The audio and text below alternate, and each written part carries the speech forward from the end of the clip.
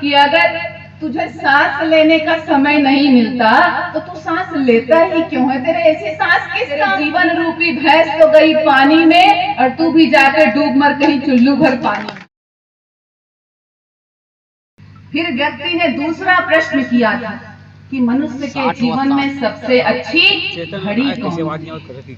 तो साहेब ने कहा, कबीर संगत साध की, साहेब की आवे याद, लेखे में सोई घड़ी, बाकी का दिन बाद। जिस घड़ी, जिस पल, जिस क्षण साहेब का दीदार हो जाए और साहेब की याद इस हृदय में बस जाए, बस वही पल, वही घड़ी, वही समय मनुष्य के जीवन को तार देता है, धन्य कर देता है। हेलो।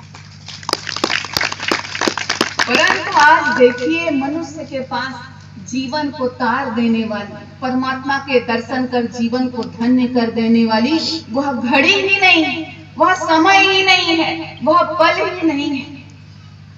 एक ऐसा ही व्यक्ति था,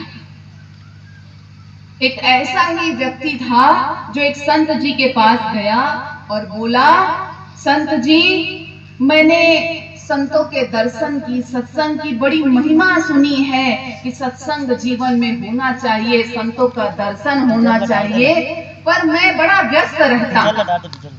आज सबकी समस्या यही है।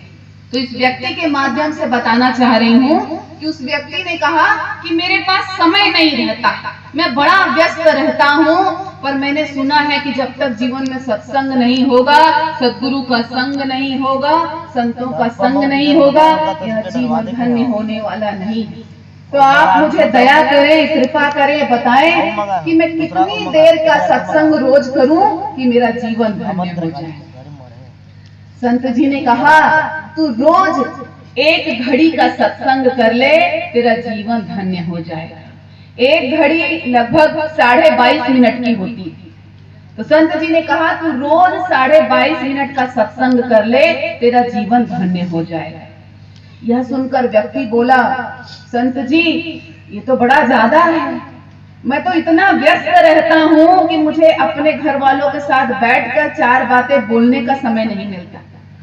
मैं इतना व्यस्त रहता हूँ कि मुझे अपने घर वालों के साथ बैठकर बोलने का वक्त नहीं मिलता, समय नहीं मिलता। मैं रोज 22.5 मिनट कैसे निकालूंगा?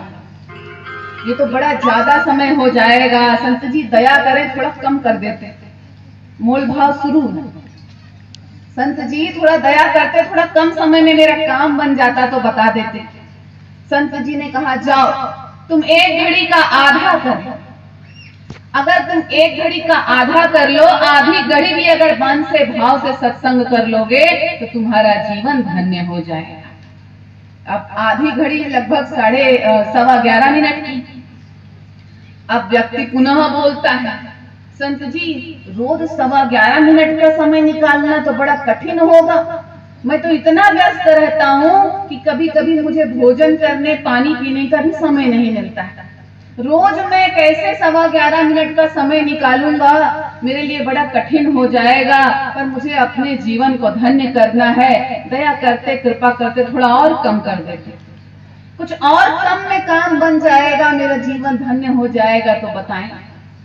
संत जी ने कहा, अच्छा चलो ठीक है, तुम आधी घड़ी का भी आधा कर लो, आधी घड़ी का भी आधा कर लो। उतनी देर का सत्संग अगर मन से भाव से कर लोगे तो भी तुम्हारा जीवन धन्य हो जाएगा। रोज कम से कम आधी घड़ी का भी सत्संग कर लो। अब लगभग कितना, लगभग 6-6.5 मिनट का समय हुआ। इतना तुम रोज सत्संग कर लो, तुम्हारा जीवन धन्य हो जाएगा।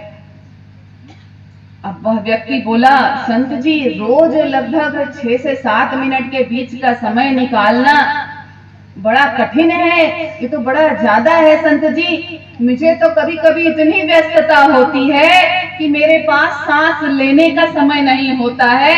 दया करते, कृपा करते थोड़ा और कम कर देते, कुछ और कम समय में मैं सत्संग कर लेता तो मेरा जीवन धन्य हो जाए, थोड़ा और कम कर दीजिए। संत जी ने कहा कि अगर तुझे सांस लेने का समय नहीं मिलता तो तू सांस लेता ही क्यों है? तेरे ऐसी सांस किस काम की? 24 घंटे में से 24 घंटे में से, तेरे पास रोज 24 घंटे का समय होता है, इस 24 घंटे में से भी अगर तू 6 से 7 मिनट परमात्मा का सुमिरन नहीं कर सकता, इस संसार में डूबा रहता है, भागता फिरता है, तो तेरे जीवन का क्या लाभ है? तेरा जीवन तो बर्बाद है, तेरे जीवन रूपी भैंस तो गई पानी में और तू भी जाकर डूब मर कहीं चुल्लू भर पानी में। तब साहब ने इसीलिए कहा है कि एक घड़ी आधी की पुनियाद, कबीरा संगत साधु की कटे कोटि अपराध। तो सत्संग के लिए समय अवश्य निकालना है। तो जिस घड़ी, जिस पल, जिस क्षण संतों का संग हो जाए, संतों का दीदार हो जाए और उनके अमृत वचन हृदय में बस जाए, बस जीवन में वही पल, वही घड़ी जीवन को धन्य करने वाली है।